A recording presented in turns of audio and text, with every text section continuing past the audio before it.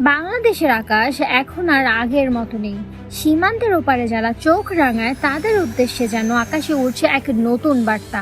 এগুলো হেলিকপ্টার নয় যুদ্ধ বিমান। এগুলো আমাদের গর্ব, আমাদের সাহস। তুরস্ক থেকে আনা বেয়ার আক্তার TV-2 ড্রোন। যেখানেই শত্রু চুপচাপ নজর দেয় সেখানেই বাংলাদেশের আকাশে ছায়ার মতো ছড়িয়ে পড়ে এই ড্রোন। নিঃশব্দে নিখুঁতভাবে পাহারা দিচ্ছে আমাদের এই মাতৃভূমিকে। এটি শুধু একটি প্রযুক্তি নয়, এটি বাংলাদেশের আত্মবিশ্বাস, এটি প্রতিরক্ষার এক নতুন অধ্যায়। ভারত যখন পাকিস্তানের সঙ্গে সংঘাতে ব্যস্ত, ঠিক তখনই দক্ষিণ দিক থেকে নতুন এক চাপ তৈরি করছে বাংলাদেশ। তুরস্কের অত্যাধুনিক বেয়ার আক্তার TV-2 ড্রোন শুধু পাকিস্তানের হাতেই নয়, বাংলাদেশের হাতেও রয়েছে। ভারতীয় এক সূত্র বলছে এই ড্রোন মালদ্বীপের হাতেও রয়েছে। অর্থাৎ ভারতকে এখন আকাশপথে 3 দিক থেকে ঘিরে ফেলেছে 3 প্রতিবেশী, আর তাতেই কাঁপুনি ধরেছে নরেন্দ্র মোদীর বুকে।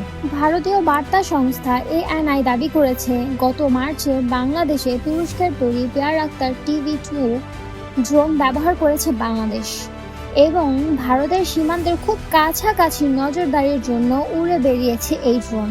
শুধু তাই নয়, ভারতীয় গোয়েন্দা সংস্থা বলেছে এই ড্রোন একটানা 20 ঘন্টার বেশি সময় ধরে বাংলাদেশের আকাশ সীমান্তে উড়তে দেখা গেছে। তুর্কিশ এই ড্রোন, যার হাত থেকে রেহাই পাওয়া অসম্ভব। এই ড্রোন রাডার এড়িয়ে চলতে পারে, নিশানাও করতে পারে। এই ড্রোন মোবাইল বেস থেকে নিয়ন্ত্রণও করা যায়, যার ফলে এই ড্রোন বাংলাদেশের হাতে থাকায় ভয়ে রয়েছে মোদী সরকার। বিশ্লেষকরা বলছে তুরস্ক শুধু ড্রোনই বিক্রি করছে না, একটি গোপন কৌশল বাস্তবায়ন করছে মুসলিম বিশ্বের মধ্যে। তুরস্ক স্পষ্টভাবে জানিয়ে দিয়েছে ভারত কখনোই এই ড্রোন হাতে পাবে না, এটি শুধু মুসলিম দেশগুলোকেই দেওয়া হবে। এটি তাদের নীতিগত সিদ্ধান্ত, যার ফলে ভারত ভালোভাবে জানে তারা কখনোই এই ড্রোন হাতে পাবে না এবং তুরস্কের এই ড্রোন মোকাবেলার জন্য তাদের কাছে নিজস্ব কোনো কার্যকর ড্রোনও নেই।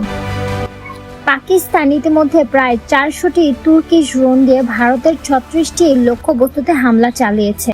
ভারত কয়েকটি ড্রোন ভূপাতিত করার দাবি করলেও বাস্তবে এই ড্রোনের ক্ষয়ক্ষতি ঠেকানো কঠিন বলে স্বীকার করেছে ভারতীয় সেনাবাহিনী।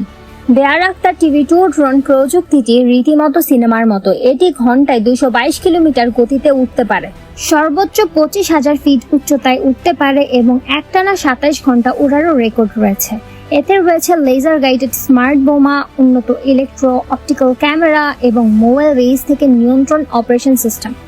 আর সবচেয়ে বড় ভয়, এটি GPS জ্যামিং এর মধ্যেও চলতে পারে। অর্থাৎ ইলেকট্রনিক ওয়ারফেয়ার ব্যর্থ ভারতের জন্য এটি দুঃস্বপ্নের সমান, যা চিকেন নেকের গলায় কাটা হতে পারে। সব মিলিয়ে ভারতের জন্য এটাই এখন বাস্তবতা। ড্রোন যুদ্ধের নতুন মোড় শুরু হয়েছে, আর তাতেই আকাশ থেকে ভারতকে ঘিরে ধরেছে একের পর এক মিত্রশক্তি। শাহনাজ আক্তার, বাংলা নিউজ 724, ঢাকা।